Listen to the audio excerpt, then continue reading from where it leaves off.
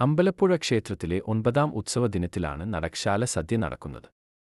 40ലധികം വിഭവങ്ങളും കൂടെ അമ്പലപ്പുഴ പാൽപ്പായസവും ചേരുന്നതാണ് നാടകശാല സദ്യ. നാടകശാലസദ്യക്കു പിന്നിലുള്ള ഐതിഹ്യമിങ്ങനെ. 9ാം ഉത്സവ ദിവസം ക്ഷേത്രത്തിലെ ജീവനക്കാർക്കായി നാടകശാലയിൽ ചെമ്പകശ്ശേരി രാജാവ് സദ്യ ഏർപ്പെടുത്തിയിരുന്നു. വില്വമംഗലം സ്വാമിയാർ ഈ ദിവസം ഉച്ചപൂജയ്ക്ക് ദർശനത്തിനെത്തിയപ്പോൾ ഭഗവത് സാന്നിധ്യം കണ്ടില്ല. തുടർന്ന് ഭഗവാനെ തേടി ക്ഷേത്രത്തിൽ ചുറ്റിനടന്നു. ഒടുവിൽ നാടകശാലയിലെത്തിയപ്പോൾ ജീവനക്കാർക്ക് നെയ്യ് വിളമ്പുന്ന ഉണ്ണിക്കണ്ണനെയാണ് വില്വമംഗലം കണ്ടത്. ഇതു കണ്ട് കൃഷ്ണ എന്ന് ഓടി വിളിച്ച് വില്വമംഗലമെത്തിയപ്പോഴാണ് തങ്ങൾക്ക് നെയ്യ് വിളമ്പിയത് ഉണ്ണിക്കണ്ണനാണെന്ന് ജീവനക്കാർ തിരിച്ചറിഞ്ഞത്.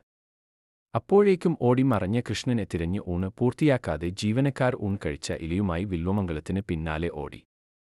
ഇതിനിടയിൽ ഭക്ഷണം ഇലയിൽ നിന്നും നിലത്തു വീണു.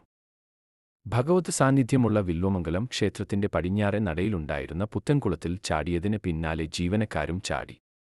ഉണ്ണിക്കണ്ണൻ പുത്തൻകുളത്തിൽ ഇറങ്ങിയെന്നുള്ള സങ്കല്പത്തിലാണ് ഇവരും കുളിക്കാനിറങ്ങിയത്. ഇതിന്റെ സ്മരണ പുതുക്കിയാണ് എല്ലാ വർഷവും 9ാം ഉത്സവ ദിവസം ക്ഷേത്രത്തിൽ നാടകശാല സദ്യ നടക്കുന്നത്.